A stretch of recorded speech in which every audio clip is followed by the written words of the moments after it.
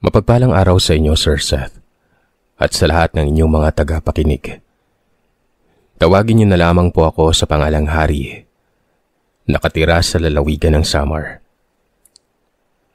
Nais ko lamang ibahagi sa channel niyo ang kwento ng aking amang si Elmer tungkol sa kanyang karanasan at sa matalik niyang kaibigang si Boyet o yung palayaw na boy. Bali kung inyong mamarapatin ay ibabahagi ko ito sa pamamaraan na parang ang aking ama ang nagkikwento sa inyo ng kanyang karanasan. Nang sa gayon ay lubos na maintindihan ng mga magigiliw na tagapakinig sa channel mo. Hindi na nga ako magpapaligoy-ligoy pa. Umpisa na natin ang pagbabahagi ng kwentong ito. Simulat sa pulay matalik ko ng kaibigan si Boy.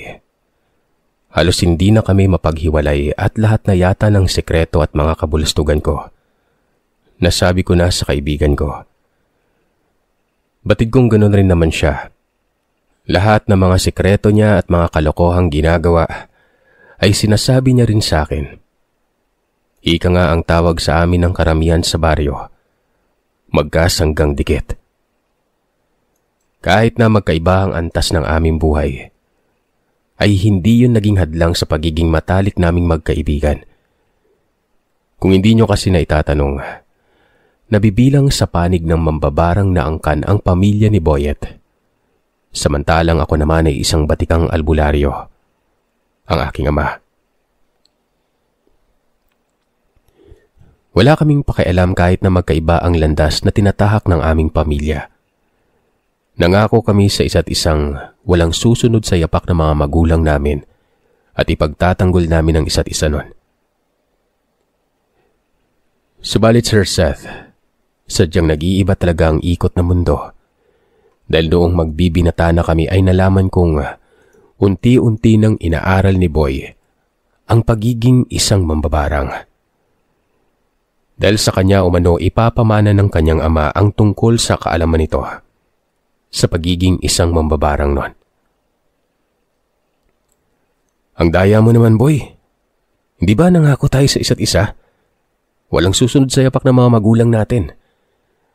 Nangako tayo na pipiliin natin yung normal na buhay na walang inaapakang tao o kaaway man. Pagtatampo kong wika sa kaibigan ko nang minsang pumunta siya sa bahay namin. Pasensya ka na, Elmer. Hindi ko lang kasi talaga matanggihan yung aking ama eh. Alam mo namang panganay akong anak, diba? Tsaka may sakit na si tatay.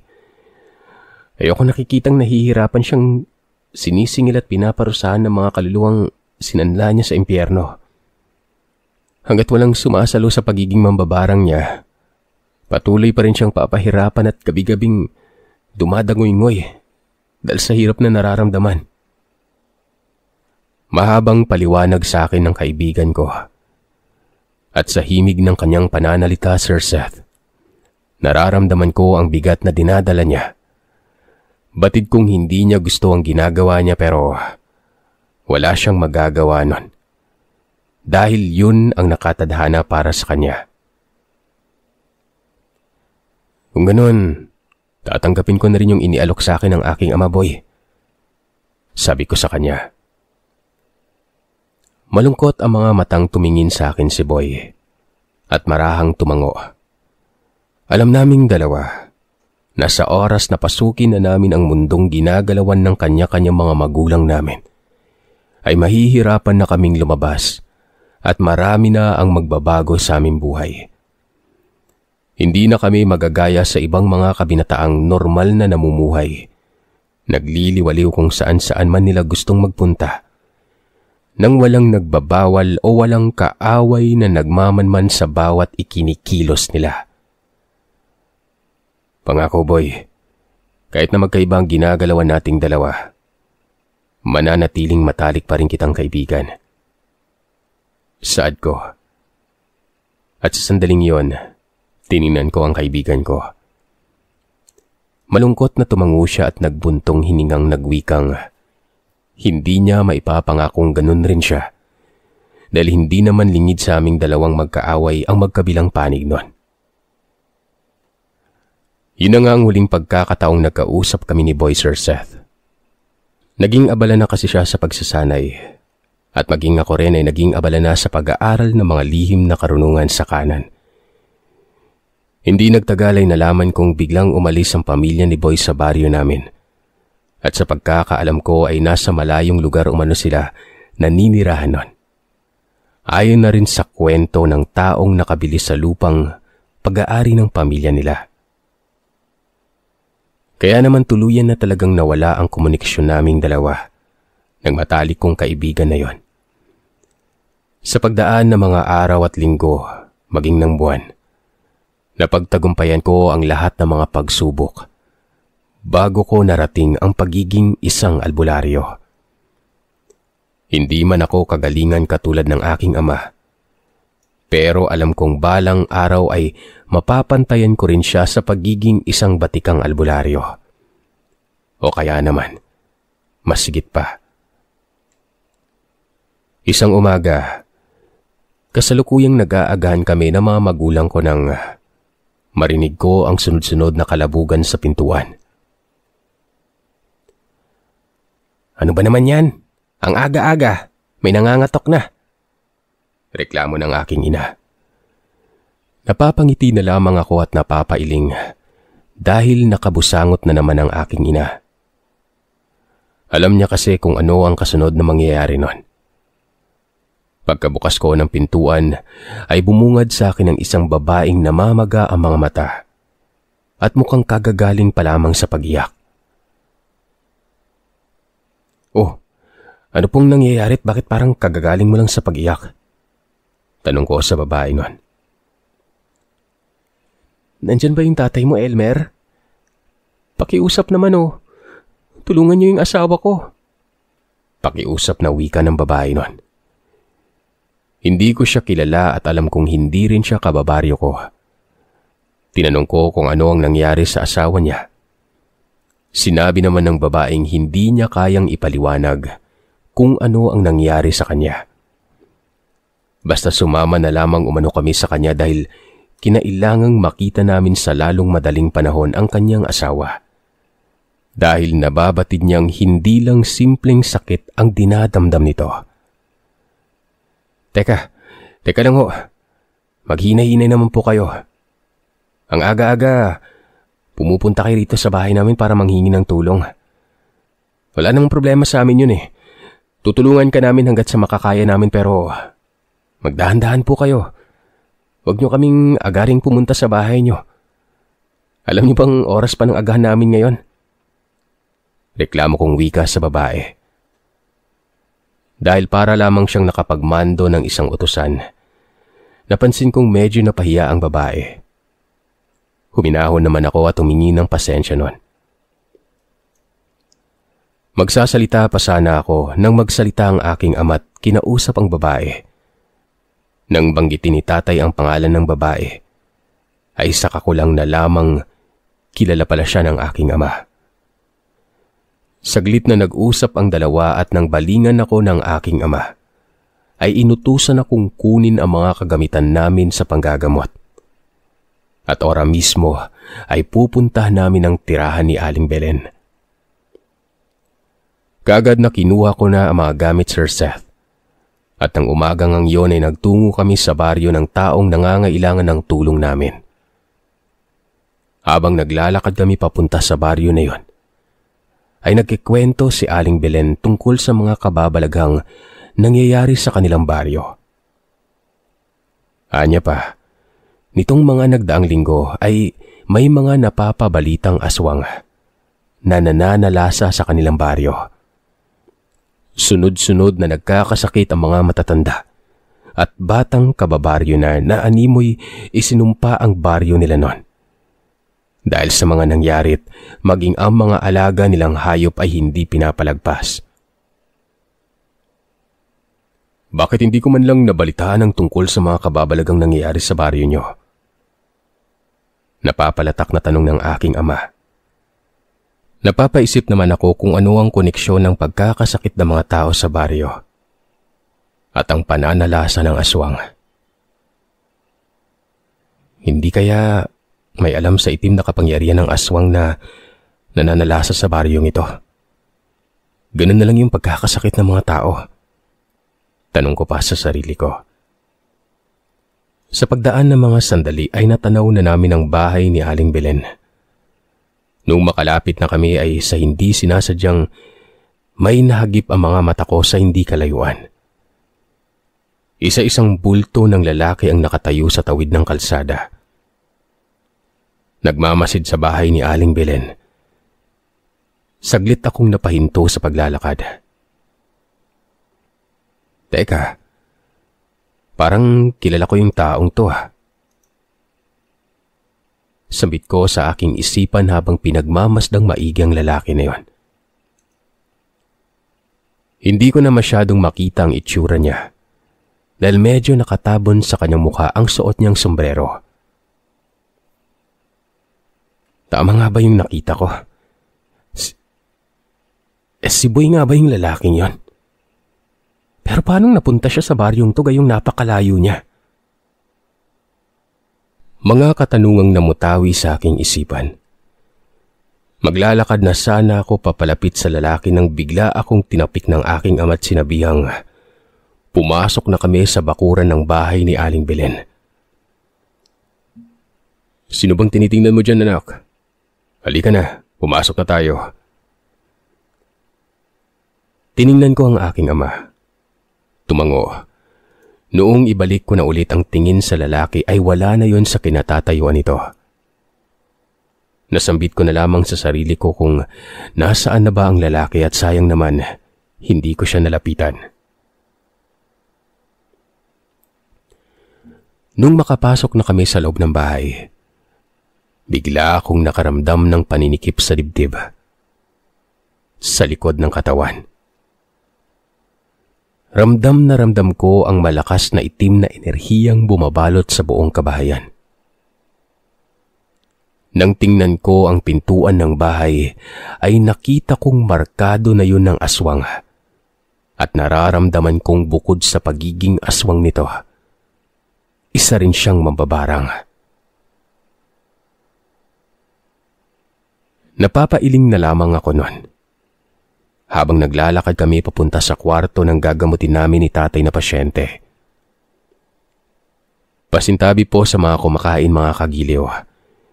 Pero noong tingnan na namin ang may sakit, ay ganoon na lamang ang gulat ko nang makita kong napakalaki ng tiyan at halos malata na ang buong katawan nito't nagnanaknak na ang mga galis na nagsisipagputukan. Nung suriin ko naman ang mga sugat ng lalaki, ay may mga maliliit na butas yon, nakasinlaki ng tuldok ng ballpen. Tapos ay may mga uod na kulay itim na gumagalaw. Sa parting yon ay nakaramdam ako ng pagkahabag sa nakita kong kalagayan ng asawa ni Aling Belen. Mukha kasi itong pinahihirapan at pinarusahan ng mundo. Naramdaman ko ring kakaiba ang aura na bumabalot sa lalaki. Alam mo tay, parang naramdaman ko na dati pa yung presensyang nararamdaman ko ngayong bumabalot sa katawan ni Mang Ramon. Sambit ko sa aking ama, matapos suriin ang kalagayan ng asawa ni Aling Belen. Anong ibig mong sabihin, anak? Hindi ko maipaliwanag sa aking ama kung kailan at kaninong presensya nga ba ang nararamdaman kong nakamarka sa katawan ng may sakit. Hindi ko maalala kung kaninong presensya yun ng mambabarang tay, basta may kutob akong nakita ko na yung taong may tangan ng itim na enerhiyang nakamarka sa katawan ni Mang Ramon eh. Tugon ko. Inutusan ulit ako ng aking amang pakiramdamang maigi at suriing mabuti ang may sakit. Nang sa ganon ay madali lamang naming mahuli ang aswang na mambabarang na sumalbahe kay Mang Ramon. Ano? Nakita mo na ba yung kung anong klaseng demonyo may gawa sa kanya? Nang mga sandaling yon ay tagaktak na ang pawis ko dahil sa pagsusuri sa may sakit. Pero hindi ko talaga matandaan kung kaninong itim na mahika ang bumabalot sa katawan ng may sakit nun. Hindi patay. Pasensya ka na po. Sadyang napakagaling magtago ng mambabarang na yun eh. Kahit anong gawin ko ay hindi talaga sumagi sa aking isipan kung kaninong tao ko naramdaman ang kakaibang aura na nakamarka sa katawan ng may sakit. Sinabi ng aking amang mukhang alam na yata ng mambabarang na nagpatingin na ang pasyente sa isang albularyo dahil kaagad yung nakapagbakod sa katawan at nagbitaw ng sabulag. Upang sa gayon ay hindi ito makita o matandaan ko man lang. Tabi, ako naman ang titingin. Utos ni tatay. Kaagad na siyang lumapit sa tabi ko at siya naman ang tumingin sa pasyente. Kinuha niya ang kanang kamay ng lalaki at tinitigang mabuti. Sabay nagbitaw ng mga orasyon at inihip sa kamay ng 3 beses nun. Napakagaling talagang magtago ng taong yon. Yari ka sa akin kapag nahuli kita. Hindi kita titigilan hanggat hindi magpira-piraso ang katawan mo. Sambit ng aking ama na may halong panggigigil nun. Sige na anak, umpisa mo na yung panggagamot. Habang ginagamot ko ang lalaki ay awang-awa ko sa kanya mga kagiliw. Lalo na noong makita kong hindi na ito masyadong nakakakain, sanhi nang naaapektuhan na ang mukha nito. Maging ang bibig ay namamagana. Malamang sa malamang pati ang lalamunan ng lalaki ay namamagana rin nun. Matinding labanan to Sambit ko sa sarili ko. Yun ay sa kadahilan ng nakikita kong hindi matatanggal ang barang na nakabaon sa katawan ng lalaki. At sa kamalas-malasan pa ay nalaman ko ring niyanggaw ito. Dobling pahirap ang ginawa ng nilalang sa taong gagamutin namin ni tatay nun. Kaya pala inayawan ito ng mga albularyo at manggagamot na nilapitan ni Aling Belen. Gumawa ako ng isang ritual na kailanman ay hindi ko pa nararanasang gawin. Batid ko kasing yun lamang ang magiging daan para malaman ko kung sino ang taong may kagagawan sa mga pangyayaring naranasan ng lalaki. Hindi ko kasi pwedeng gamutin na lamang basta-basta ang pasyente dahil isang konting pagkakamali ko lang. Tiyak kamatayan na ang kakahantungan ng pasyenteng yon. Napabuntong hininga ako. Napapaisip. Kailangan kong pag-isipang mabuti ang lahat ng mga gagawin ko dahil sa amin ni tatay nakasalalay ang buhay ni Mang Ramon. Sinabi ko sa aking ama ang binabalak kong gawin. Sandaling nag-isip si tatay bago tumango. Sige anak, gawin mo kung ano sa tingin mo ang nararapat. Malaki ang tiwala ko sa iyo anak. Ako na ang bahalang umalalay sa iyo. Tumango ako bago nagbilog ng abo sa kinaluluhuran ko. Nagsindi ng puting kandila. Pagkatapos ay taimtim akong nagdasal ng pambakod sa katawan. Matapos kong gawin yon ay sinambit ko ang orasyon, pangkalas ng kaluluwa sa aking katawan. Upang sa ganoon ay maglakbay ako patungo sa taong may gawa ng pambabarang at pangyayanggaw sa taong gagamutin namin nun. Habang ang aking ama naman ay panay ang pag-uusal ng orasyon at pagpapalipad hangin sa taong may sala. Sa paglipas ng mga sandali ng pag-uusal ko, ay tuluyan na ngang kumalas ang kaluluwa ko at naglakbay na hindi nagtagal. Napadako ako sa isang purok. Sa isang kurap lamang ng mga mata ko ay nakatayo na ako sa isang bahay na yari lamang sa kawayan at pawid. Ito na ba yung bahay ng demonyong sumalbahay sa pasyente namin? Tanong ko sa isipan ko. Sumisikip ang aking pakiramdam. Sa bawat hakbang na ginagawa ko papasok sa loob ng bahay. Muli Naramdaman ko ang pamilyar na aurang bumabalot sa buong kabahayan. Sa pagpapatuloy kong maglakad ay napadako na nga ako sa isang silid. Ganoon na lamang ang panlalaki ng mga mata ko nang masilayan ko ang isang lalaking nakatayo sa gitna ng bulwagan ng kwarto. Nakahubad ito. Nanlilimahid sa langis habang nakaharap sa lamesang may mga iba't ibang uri na mga boteng may langis, mga ugat ng punong kahoy at iba't ibang uri na mga dahong tuyo. Sa gilid nito ay may mga boteng naglalaman ng iba't ibang klaseng insekto. May kandilang itim rin na nakasindi at may nakatusok yung matulis na bagay. Maya-maya pa ay nakaluhod na ang lalaki na sa tingin ko ay kaidaran ko lang, habang patuloy pa rin sa pagsambit ng mga orasyon. Matapos sambitin yon, ay inihip nito sa mga insektong nakapalibot rito. Nagsisipaggalawan ng mga yon.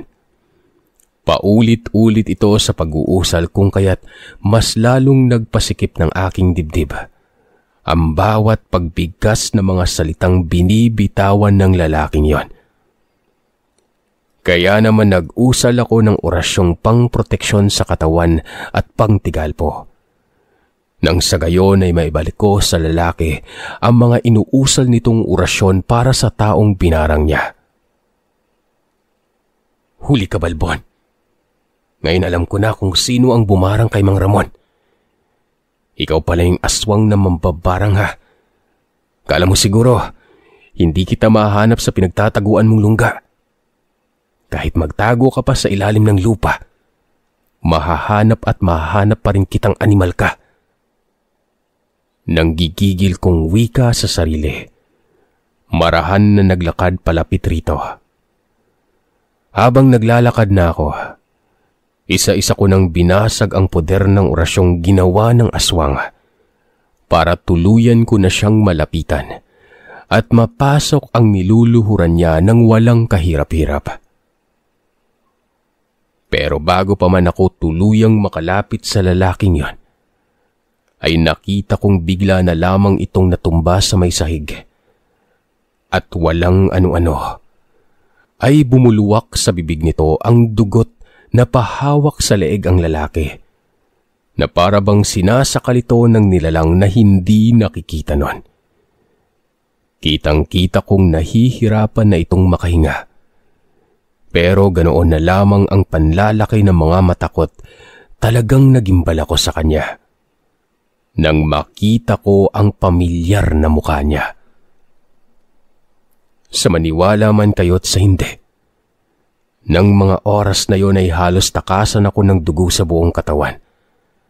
Nang makita kong kamukha ng kaibigan kong matagal nang nawalay ang lalaking bumulagta sa sahig nun.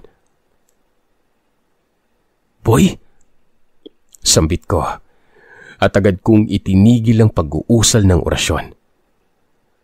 Akmang lalapitan ko na sana ang lalaki pero hindi ko magawa-gawa. Dahil sa may itim na poder ng usok ang nakapalibot sa kanya habang nakahandusay ito sa may sahig. Nakita kong dahan-dahang nagsisipaglagasan na ang mga insektong alaga ng mangbabarang na aswang, na para bang ng mga sandaling yon ay nabaliktad na ang laban.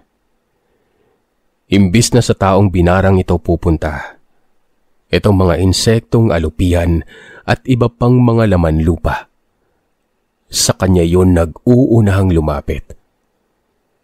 Nakita kong tila isa-isang hinihiwa ng patalim ang katawan ng lalaki at maging ang mukha nito ay nasusugatan na rin. Nagsisisigaw at nagmamakaawa na itong itigil na ang ginagawa rito. Sa kadahilan ng hirap na ang lalaki at hindi na niya makakayanan pa. Nakaramdam ako ng pagkahabag sa puso para sa matalik kong kaibigan. Nang maglupas sa ito't, pilit na pinapagpag ang mga insektong sunod-sunod na kumapit sa katawan niya. Alam kong ang aking ama ang nag-usal ng orasyong tigalpo at panghalina. Kaya't napasunod ni tatay ang mga insekto at ibinalik sa nambabarang. Ang nais nitong gawin sa taong nais nitong gawan ng masama. Wala nang pagdadalawang isip pang agaran na akong nag-usal ng pambalik kaluluwa sa aking katawan. Nang sa gayoy mapigilan ko ang ginagawa ng aking ama. Dahil kung mahuhuli lamang ako ng ilang minuto, ay mapapatay na ni tatay ang matalik kong kaibigan. Noon ngang makabalik na ang kaluluwa ko sa katawan, ay napasingap ako ng malalim at pagkatapos ay hinarap ko ang aking ama. Tay, itigil niyo na po yung ginagawa niyo. Baka mapatay niyo po si Boy, pakiusap po. Nagmamadaling kumilos papalapit ako sa kanya. Agad namang itinigil ng aking ama ang ginagawa pero sinelyuhan muna nito ang katawan ni Mang Ramon at ang buong paligid ng bahay nang sa gayoy walang masamang nilalang ang makakalapit. Ano uli ang sinasabi mo, Elmer? Sinabi ko sa kanya na nakita ko ang buong pangyayari noon. Nakita kong si Boy ang aswang na bumarang kay Mang Ramon.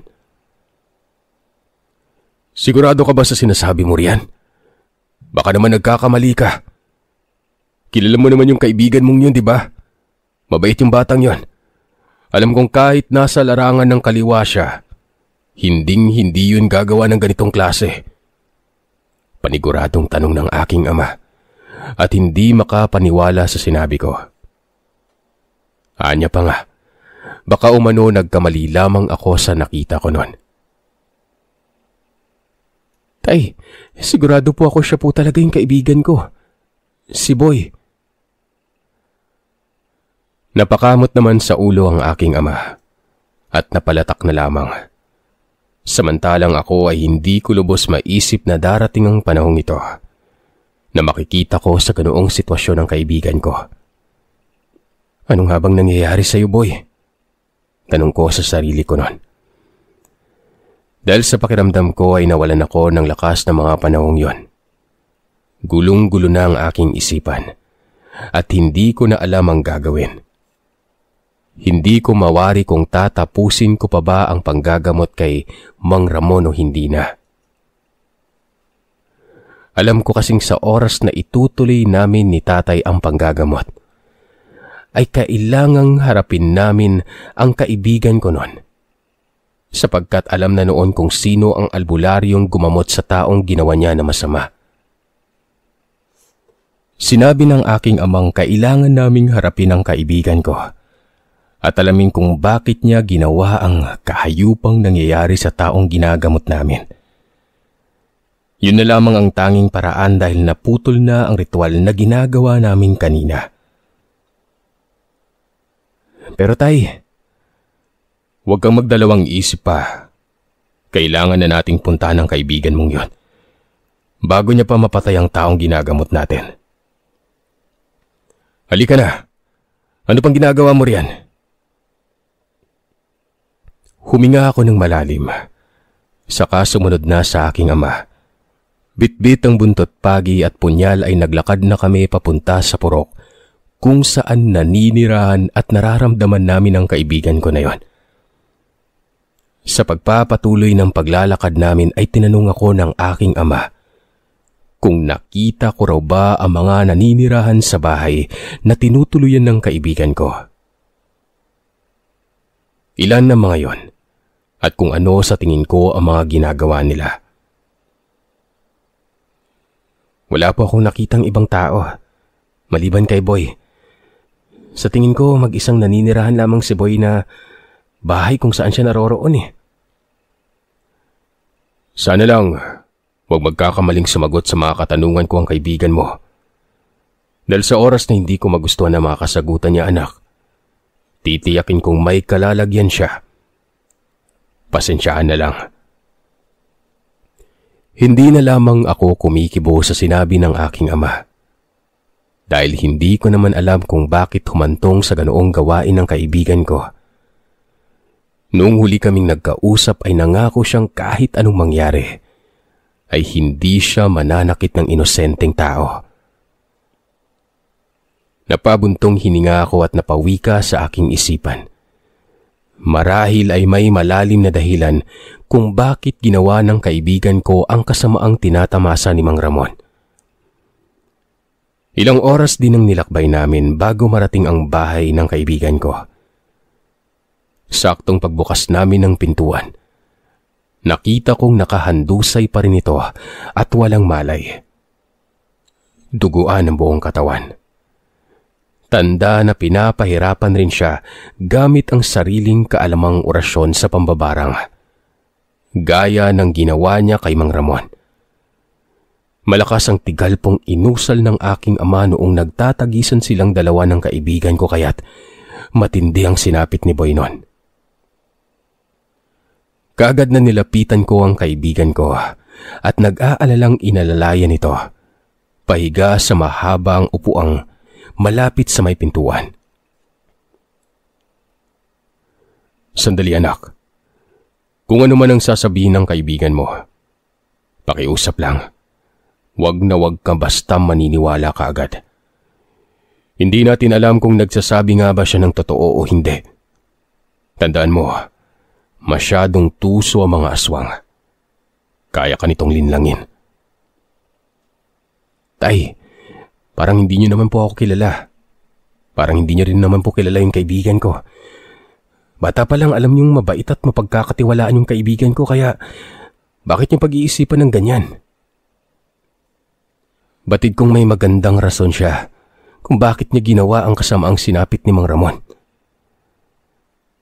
Tumingin na makahulugan si tatay bago nag-usal ng mga katagang buhay at inihip sa kamay, sabay tinapik sa balikat ang kaibigan ko.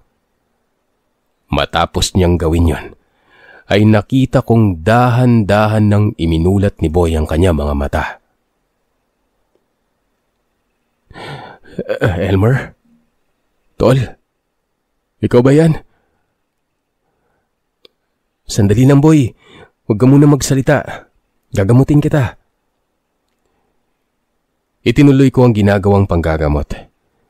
Pinayuhan ko siyang wag munang gumalaw dahil sa tuwing gumagalaw siya, ay dumudugo ang mga sugat sa kanyang katawan.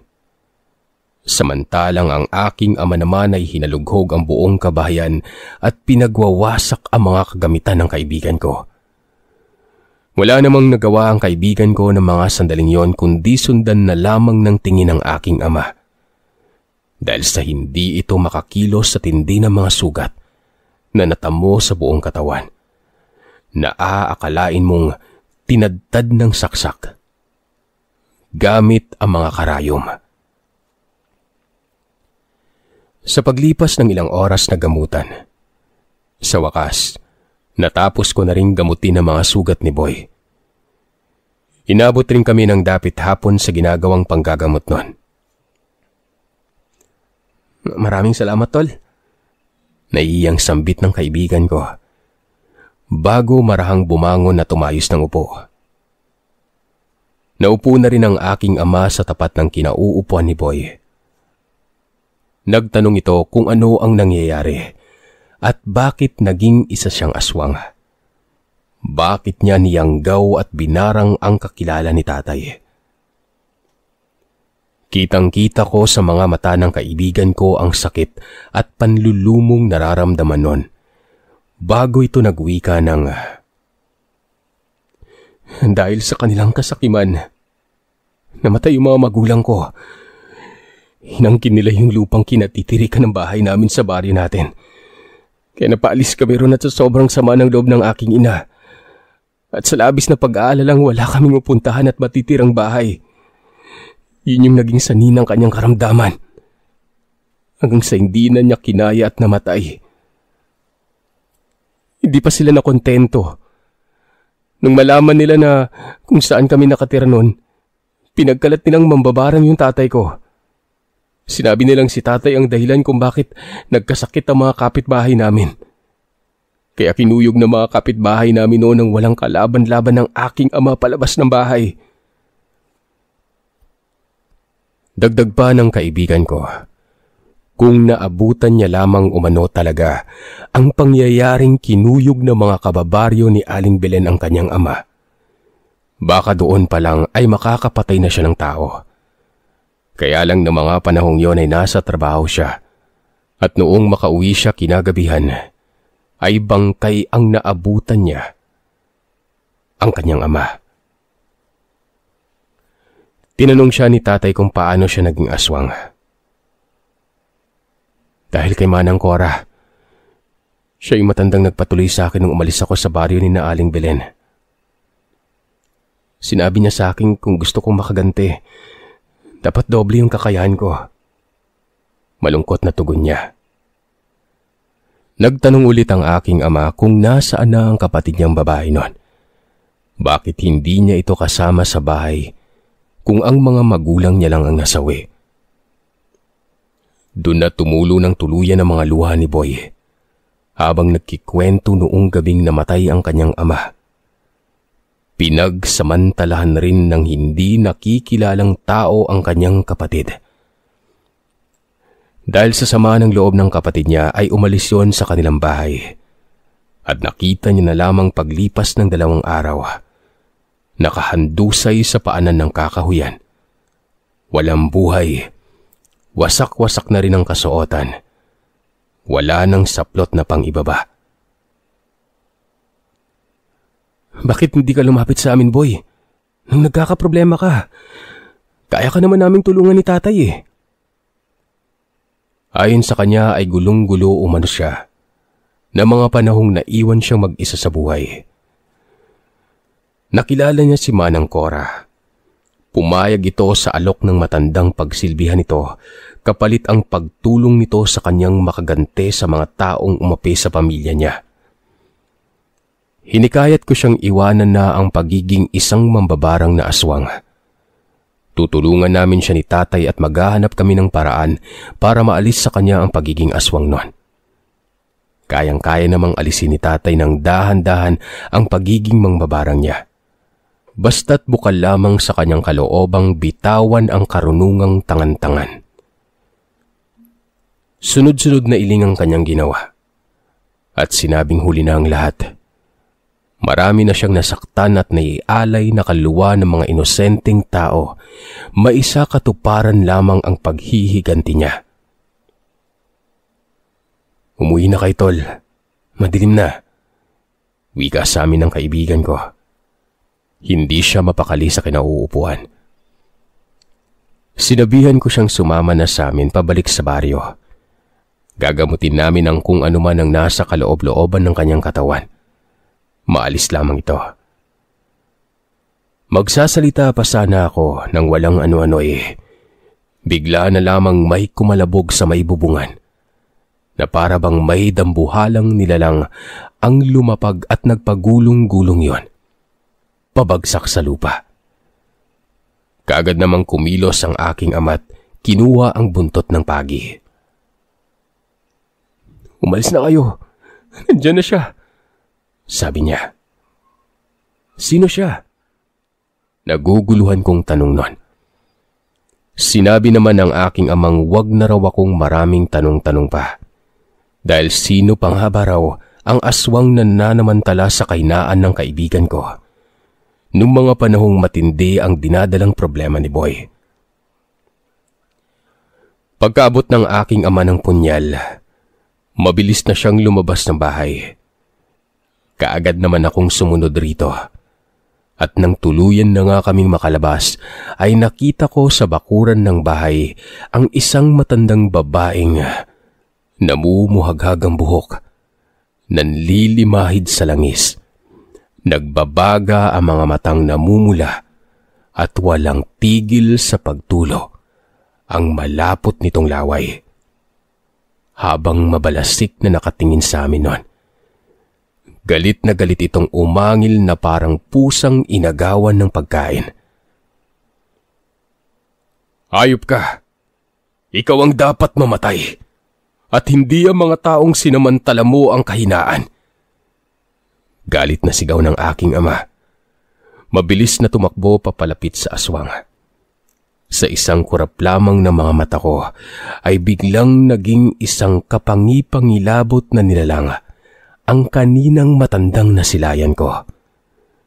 Galit na dinaluhong ng aking ama ang nilalang na yon. Mabilis namang tumakbo pa sa lubong ang nilalang at walang pag-alinlangang dinambahan nito ang aking ama. Dahil sa ginawa ng nilalang ay nawalan ng balanse si tatay at agarang bumagsak sa lupa. Nagmamadali na akong tumakbo papalapit sa ama ko para tulungan siya gamit ang punyal. Walang sabi-sabing itinarak ko yun sa katawan ng nilalang nang tuluyan na akong makalapit. Ramdam ko ang pagkabaon ng punyal sa tagiliran ng aswang. Pero mabilis na tinabig ako ng nilalang na yon. Kung kaya naman ay tumilapon ako at bumagsak, malapit sa may paanan ng puno ng niyog. Napaigik pa ako ng mga sandaling yon. Gawa ng narinig ko ang paglagotok ng buto ko sa balakang. Naramdaman ko rin ang sakit na parang nabalian ako ng buto. Noong tumayo ako at muling sinugod ang aswang na patuloy pa rin sa pakikipagsagupa sa aking ama. "Walang hiya kang ukluban ka! Bitawan mo yung tatay ko!" Dinampot ko ang buntot ng paging na bitiwan ng aking ama. Wala akong habas na pinaghahambalos ito sa kanya. Panay pa rin ang usal ko ng mga pangtigalpo pero sa tuwing binabato ko na yun ay mabilis na nahaharangan ng orasyong inuusal ng aswang. Kung kaya't bumabalik yun sa akin, halos triple ang nararamdaman kong sakit sa tuwing bumabalik sa akin ang tigalpo ng orasyong binibitawan ko.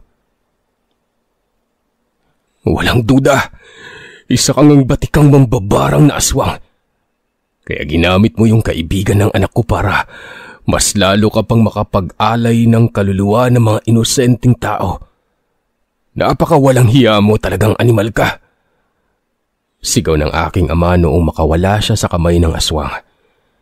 Nanlilisik ang mga matang muling sumugod ng nilalang habang ginagamitan kami nito ng mga orasyong nasa kaliwa.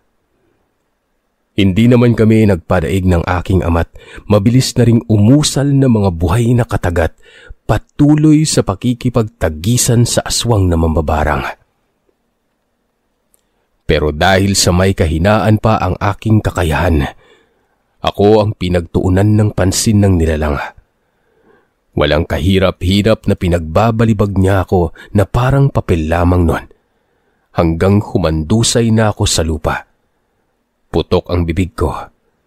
Pinilit kong tumayo at sumandal sa puno habang sapu-sapu ang dibdib ko nun. Nang sa maya-maya pa, ay nakita kong mabilis pa sa 4:00 nilapitan ako ng nilalang. Habang nakaamba, ang napakatulis nitong mga kuko.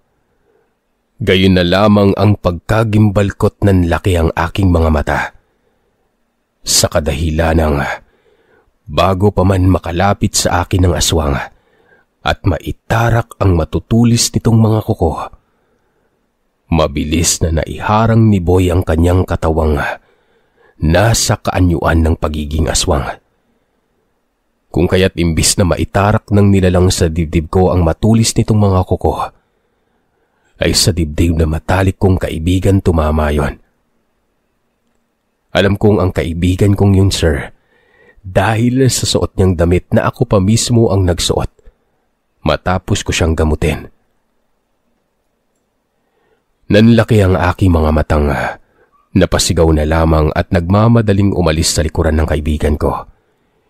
Kinuha ang punyal na malapit lamang sa kinaroroonan ko nun at walang habas na pinagsasaksak ang nilalang. Kaagad namang lumapit ang aking ama at sunod-sunod na pinaghahambalos niya ng buntot pagi ang aswang na yon. Hindi namin tinigilan ang nilalang hanggat hindi na bumulagta sa lupa at nangingisay-ngisay at nag-aagaw buhay. Nang balingan ko ang kaibigan ko ay bumagsak na ito sa lupat. Marami na ang dugong tumagas sa dibdib niya. "Boy, tol, kaya mo yan. Gagamutin ka uli namin ni tatay. Umaban ka. Pilit nang umiti ang kaibigan ko. At sa paos at pautal-utal na boses ay sinabi niya sa akin sa huling pagkakataon na natupad niya ang pangako naming ipagtatanggol ang isa't isa. Kaya nga lang ay sa maling pagkakataon, pero masaya siyang nagkita kami muli. Nalagutan ng hininga ang matalik kong kaibigan. Sinabi niya sa akin kung saan ko makukuha ang halamang gamot na ipapainom ko sa taong binarang niya. Nang sa ganon ay tuluyan ng maalis ang barang na nakabaon sa katawan at ang pangyayanggaw niya kay Mang Ramon. Matapos ang pangyayaring yon, si tatay na lamang ang bumalik sa bahay ni Mang Ramon at siya na ang tumapos sa panggagamot. Ilang araw akong hindi nakapanggamot dahil sa nangyari. Hindi ko mawaglit sa isip ko ang matalik kong kaibigan. Hanggang sa umabot na nga ang panahon, nakusa na lamang ulit akong tumayo at magsimula ulit ng panggagamot. Hindi ko hahayaang huminto ako sa ganung klaseng rason dahil alam kong ang matalik kong kaibigan ay hindi papayag na gawin ko yon.